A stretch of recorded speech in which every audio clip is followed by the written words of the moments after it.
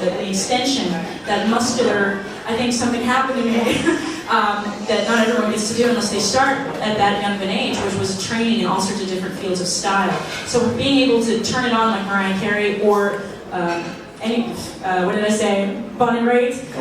Any kind of style really helped for when I went to college. I went backwards. I was a belter. I was a, as they call in my chorus class, honker. I was a loud, you can tell, I was a loud belter. And I really utilized my college days for the legit training, semi-operatic with arias, as well as musical theater, the motivation behind why you sing. There's a lot of that in what I write, pop-wise, as well as if I were to write a musical theater song or something much more theatrical. Why am I saying this verse? What is the situation is about? What is that about? I always ask those questions. Given a reason for singing is much easier for me. The slurs, I think, did come from building that bridge between the chest voice, which is the louder belt voice, and the legit voice, which is the higher operatic, musical theater, ingenue kind of voice. But I've always had sort of that natural ability, but it was absolutely taught and trained and cultivated by all those years in the Mickey Mouse Club and then my NYU training, absolutely. Now that I teach, I'm right back up there again, warming up every day and really revisiting those techniques with my kids. So I'm training, you know, it's constant training, because the muscles, if you don't flex them, they'll go away. And I don't want that to happen, so I guess that's an answer. It's a big answer. How many CDs did you make? You mean on the Mickey Mouse Club? We made one CD called MMC. You saw a brief picture of it. It had the cast, it had the soloists. It's the 8 soloists on the cover. JC was one of the soloists. He had at least one solo on there. We made one album and we toured it in America at Target's. We used Target as our sponsor. And then we did a USO tour, similar to the ones that Jessica Simpson and Jay-Z and all those people are doing now, Jennifer Lopez, Mariah Carey.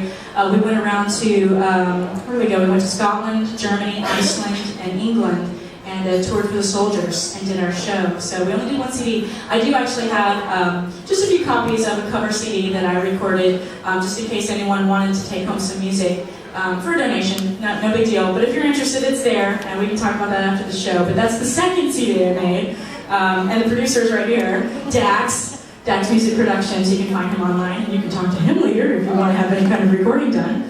And I would like to wish really quick happy birthday as of yesterday to Chrissy Keel, one of my best friends. Thank you for coming out and supporting me. And thank you for your question. That answered those 2 albums. Yeah, that's all I've done. Anybody else? Anybody else? Yes? How old were you when you discovered this voice? Like when you started singing? Funny story about that. My mother came to this show the last time I did it, and I don't think we ever talked about this, and I'm sure she'd like to hear this, so videotaping it is a good idea. When I was 2 years old, I believe we found out that I could sing, but in our family, everyone was musical, and we thought it was natural to have perfect pitch or to have a very strong voice at age 2 to be able to sing the ABCs without any problem, or Mary Had a Little Lamb, or whatever you sing. When I was 7 years old, I watched the Miss Texas pageant, because I lived in Texas. And I said, Mom, I want one of those crowns. And so I was taking dance from the local dance studio, and we went to her to figure out how to get into pageants and contests and how to get one of those shiny crowns. And for the talent routine, she said, oh, I'll teach her a dance number. And my mother said, oh, that's okay, she sings. And the teacher said, oh, okay, sure, yeah, okay. And then, you know, I sang I Want a Hippopotamus for Christmas, and I won at 7 years old without really knowing what I was doing, just out having fun. It was literally for the next 3 years, I won every single talent competition I was in as if it were karaoke. It was just fun. We didn't understand that I was different to a certain degree. So we found out, I guess, when I was 7, me and the public. But I had been performing in little preschool plays. I was Dorothy and the Wizard of Oz. We just thought it was normal. We just thought it was what everyone did. Be a star. So I was about 2 years old, or 7, when I was out in public. Anybody else? Yes? Max in the back? Max is a new friend, and she's also a singer. If you were offered an acting role which didn't include singing, but was an important acting role, either on Broadway or on TV, would you take it? Absolutely, I would take it. So right before the Broadway Aida happened, I had been contemplating going to LA because I went to a workshop very recently with some casting agencies from LA. They were really excited about my work, and they said that you could definitely make it as an actress in LA, straight actress, because I also got that training at NYU. And on the show, we did things that weren't all about singing. And even though I don't pay as much attention to my acting as I should for the training, again, flexing that muscle is very important. I have a knack for that too, and I love doing it. Singing is the most natural thing I do. It's like breathing, but acting is very fulfilling as well. So I absolutely would take a role without speaking. I think it's very, very, it's a privilege to do that as well. Especially if you can sing, you can go two different directions. Absolutely, for someone to love me the most without my voice, without my singing, would be such an honor as well. It is. Anything else? All right. Well, Pete, what do you want to do? Are we? Well, do we want to hear Jennifer sing another song?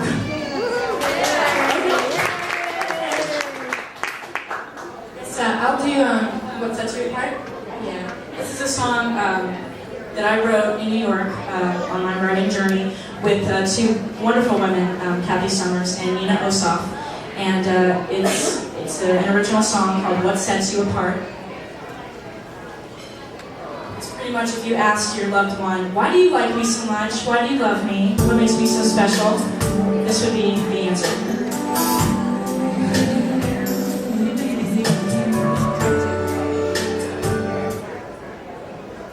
We're on a track two. Oh, yeah, yeah. Yeah.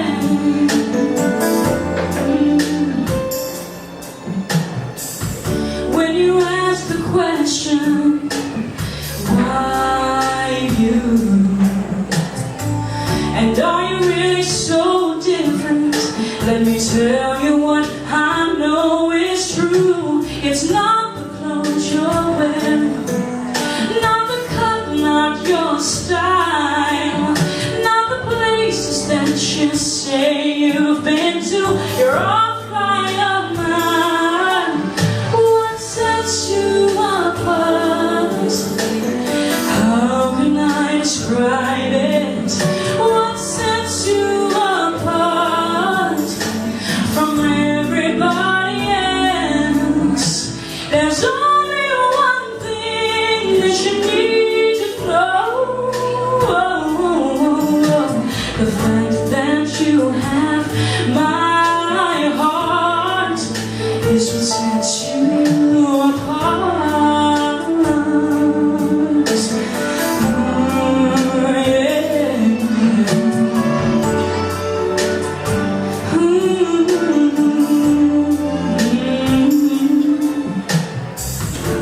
You give me that feeling so good. Don't ask me to compare you to those other guys. You know I never would. It's not the gifts you bring, 'cause I'm full. And don't you know that they don't really matter? I tell you once more, what sets you apart? How can I describe it? What sets you apart from everybody else? There's only one thing that you need to know. The fact that you have my heart is what sets you apart. No other reason than the one I give.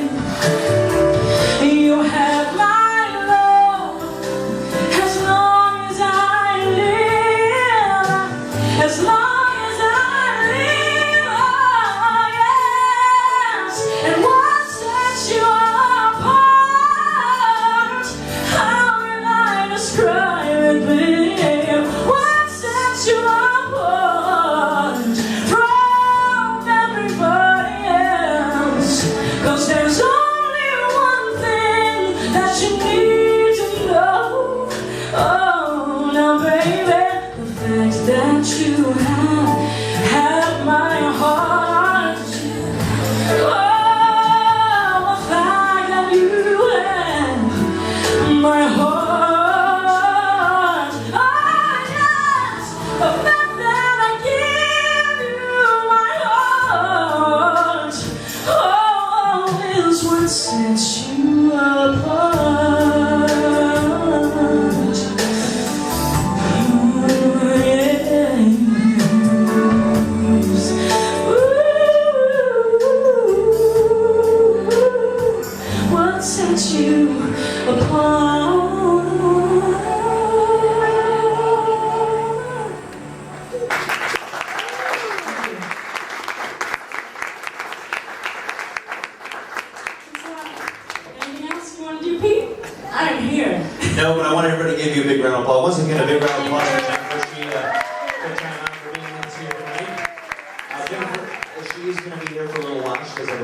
CDs over there, so if you'd like to buy one of those, and she'll 5 order it for you. Do you have your candy?